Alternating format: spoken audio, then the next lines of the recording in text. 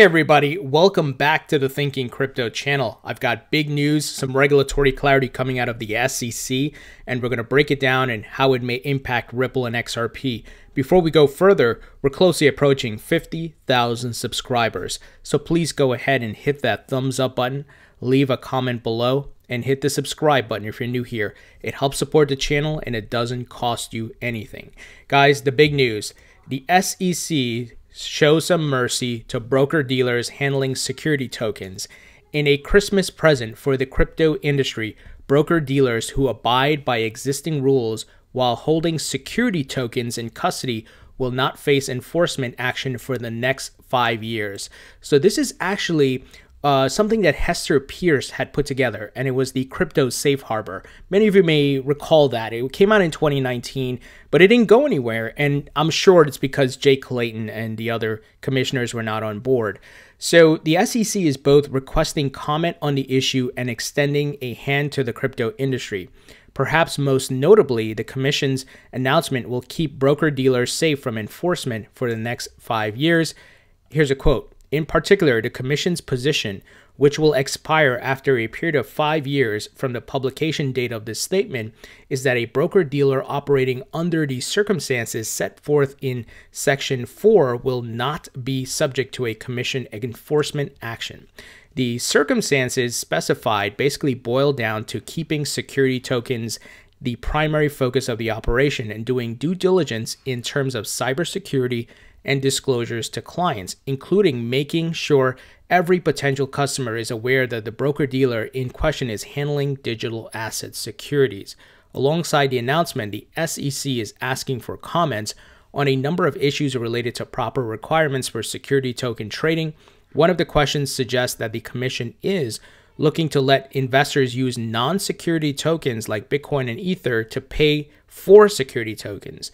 Should this position be expanded to include the use of non-security digital assets as a mean of payment for digital securities? Just weeks ago, the number of Congress people signed a letter to the SEC asking the Commission for clarity on this very issue, despite long-term hopes that security tokens can upgrade the traditional equities markets. The industry has been plagued and with silo trading and low volumes. So you may say, well, okay, well, so what? Well, just to give you a reminder of something, and Hester Peirce is the one who tweeted this, saying here, new guidance for on custody of digital asset securities, baby steps. And of course, pointing to the release of this information. So you guys can certainly read up on it. So how does this affect Ripple and XRP? Well, guys, remember Brad Garlinghouse's interview with Pomp just in November or end of November, early December? Well, he stated something very interesting, that if XRP was ruled a security, Ripple and everyone who uses on-demand liquidity like banks and payment providers would have to get a broker-dealer license. Very interesting. So here's what he said. A lot of what Ripple does today in the United States, we could continue to do, no problem. A component of what we do today is our customers of ODL, on-demand liquidity, they buy XRP from us. If XRP, in fact, is a security, which it looks like things are going to head that way, we would have to get a broker-dealer license. Anybody who's buying and selling XRP in the United States would have to get a broker-dealer license. Now, this is just the US. This is where we're waiting for regulatory clarity. And I think Jay Clayton on the way out punched Ripple in the face. And it's like, I mean, obviously, in my opinion, XRP is not a security if you line it up with the Howey test. But I think at one point XRP was a security and Ripple will pay a fine. And like I said, long-term will be fine. Short-term, it's going to be messy, right? But this gives an avenue that if indeed, for whatever reason, the SEC is like, no, we're not budging, it's a security, pay your fine, and this is how you and the banks will have to operate with ODL. This is directly from Brad, guys. And I think this is an avenue forward. Right now, you got a lot of weak hands that are just selling their XRP. I, for one, am not selling my XRP. I will tell you guys if I do and when I do. I will be transparent. I am not stupid where I'm like blindly following Ripple. I'm looking at the facts. I don't have emotions involved in this. You guys have seen my portfolio. I hold Bitcoin, I hold Ethereum. That's why even though XRP is down, my portfolio still looks good. I've been preaching for years, diversify.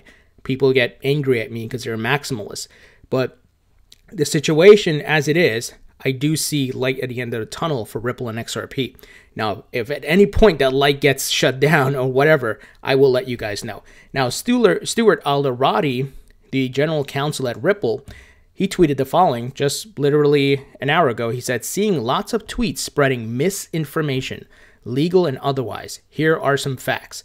First line of the SEC complaint alleges from at least 2013, years before the DAO report, yet the complaint was filed for 7 years and the day before the chair leaves office.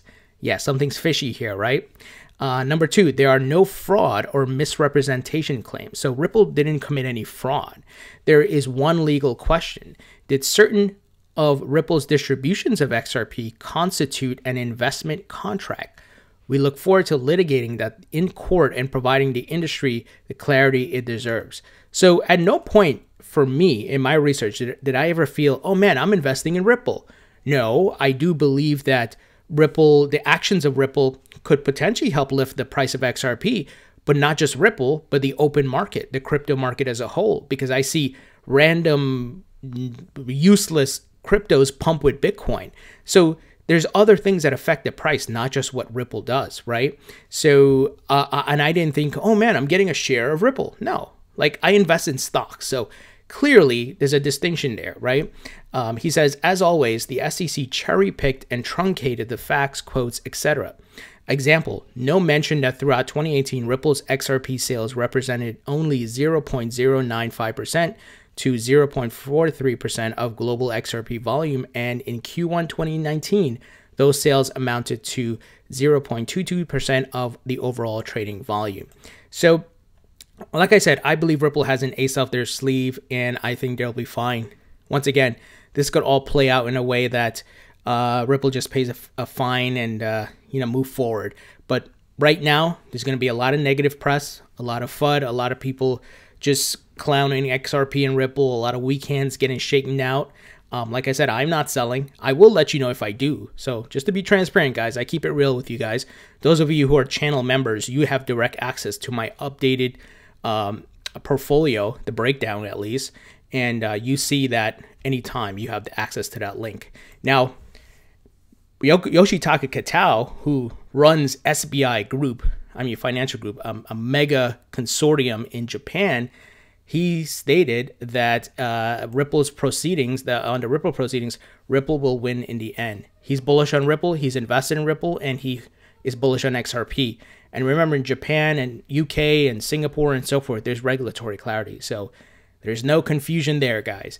And like I said, this news from the SEC today, I think gives broker-dealers an opportunity here, and especially as it relates to securities. And then you look at the situation of what's happening with Ripple right now, and I think based on Brad Garlinghouse's statements, could open up an avenue. Maybe this is the way they go. Ripple gets a broker-dealer license, the Bank of America gets a broker-dealer license, whatever, and they're able to continue using ODL. It could play out that way. Obviously, it's a scenario, right? I'm not saying it's a definite or a certainty. We'll see what happens, but things are progressing.